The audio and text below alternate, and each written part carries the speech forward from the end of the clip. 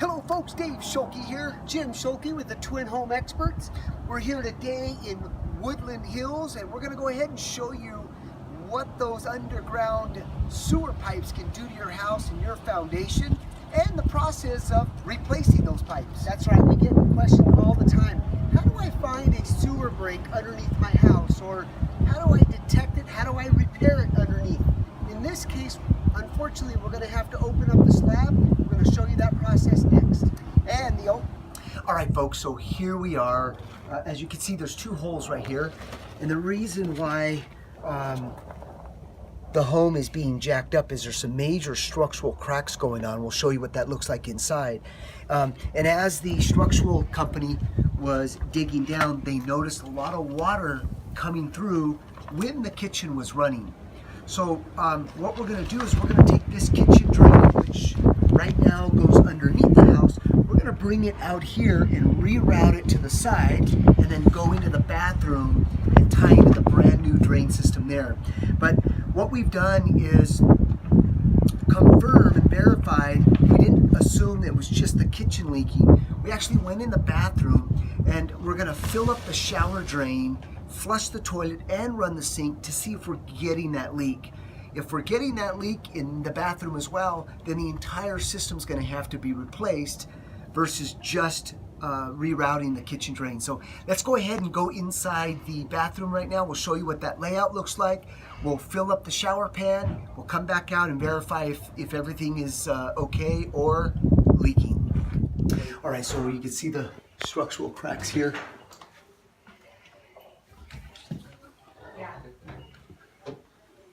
So that's the reason for the jacking up the house.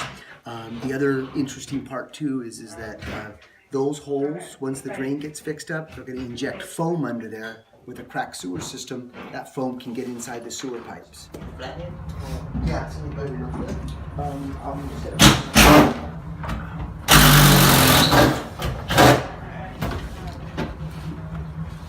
All right, guys. So what we're going to do is, as you can see, we filled up the shower here. We just capped this off here. So now that we've got it filled up, we're going to go ahead and pull this tape off, go outside and see if we're getting water coming out of that hole. And that's a great way to verify what drains are actually leaking. We know that the kitchen's bad.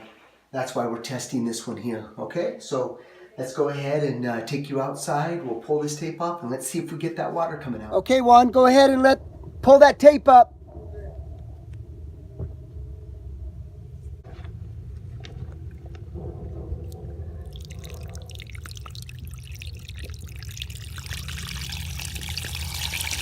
Look at the amount of water coming from that shower.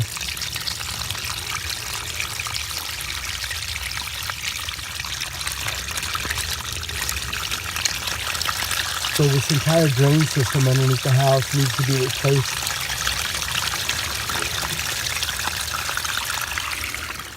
Put it down. All right, you're gonna have to grab from the bottom, right? Bottom? Yeah. Way down. Yeah. All right, hold on. All right, as you can see here, this is the soil we bag up.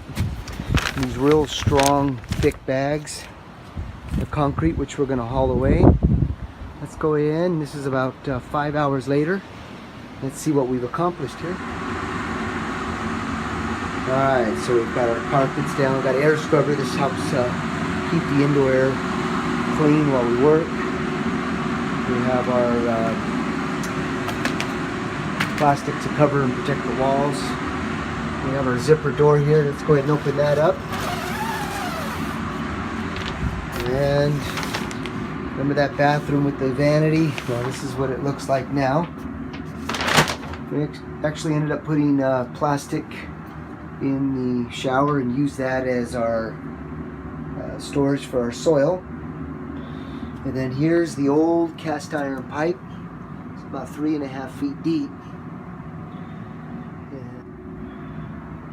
All right, so this is going underneath, tunneling underneath the shower.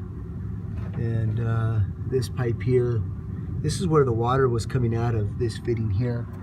But the great thing is that we're able to save the shower And the great thing too is that this is all concrete. We dug way below that, so we're saving the shower from being demoed. So anyhow, folks, there's the line for the kitchen. All this will get replaced, and we'll go ahead and show you what that looks like when we're done.